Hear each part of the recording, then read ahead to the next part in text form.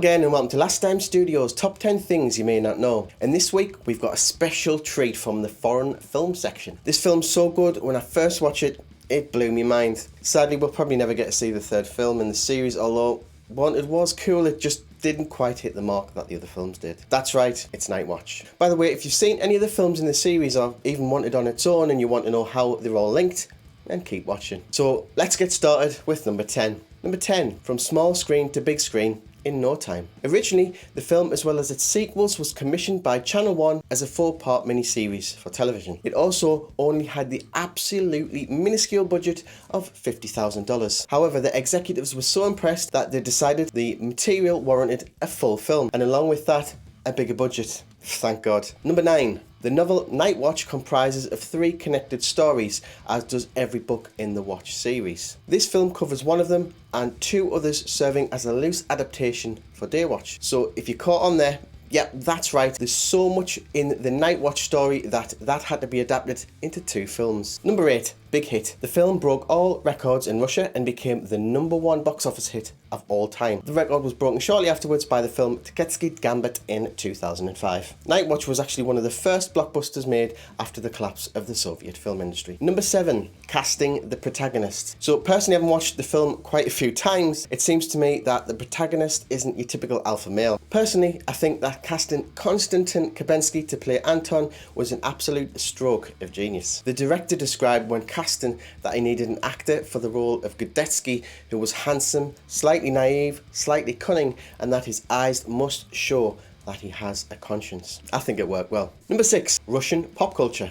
In 2005, a redub was released under the title Nichoy Bazaar, Night Chat, initiated by Sergei Lukyanenko as a nod to popular and illegal redubs by Goblin. Bizarrely, it was made with full consent of the filmmakers and copyright holders and ended up being released on DVD. The narration was done by Leonid Vodarsky, who's a popular voiceover translator of pirated video releases in the Soviet Union.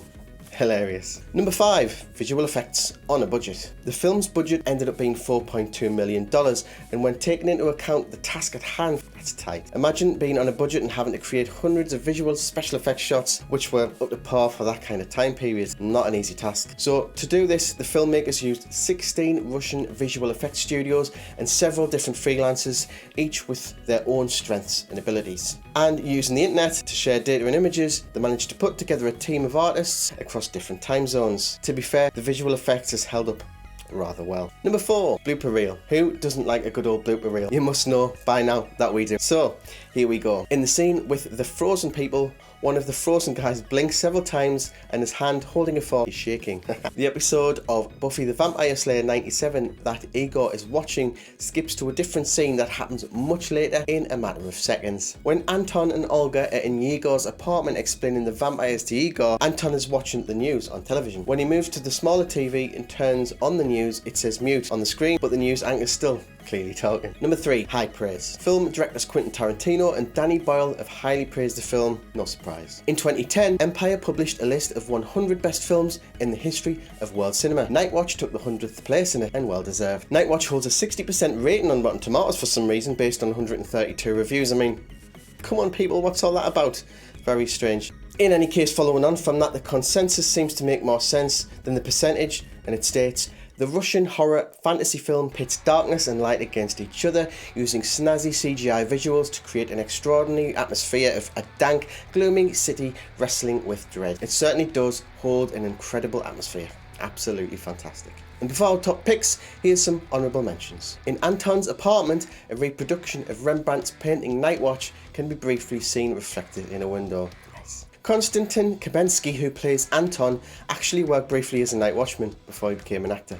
Number 2. Wanted. The third film, Twilight Watch, previously Dusk Watch, was announced by 20th Century Fox. However, Timur, director, decided to do Wanted for Universal Pictures instead. He went on to say that Twilight Watch would be too much like Wanted. So much so that the project would need to be either changed distinctively or passed to another director, or maybe delayed. I've seen a few online quotes from Timur stating that the third film will happen at some point, but that seems like years ago. So as the years go on, I think it seems more unlikely, but I would absolutely kill to see it. If anyone has anything on this that I don't know about, please let me know. And coming in at the number 1 slot. Number 1, Night Shame. So the film was a hit in the Russian box office, which made it despised for some reason by an underground non-conformist intellectual movement, Podonky. Ironically, I don't think the film looks anything like a big stereotypical budget Hollywood production, but essentially the group protested it all the same for being too Americanized. It was also apparently criticized due to the Hollywood style filming and lack of ideas behind the effects. They ended up labeling the film Nichoy Pozor, or Night Shame. I suppose some people are just never happy. So that's it for this week. Please remember to like and subscribe. I'll see you soon.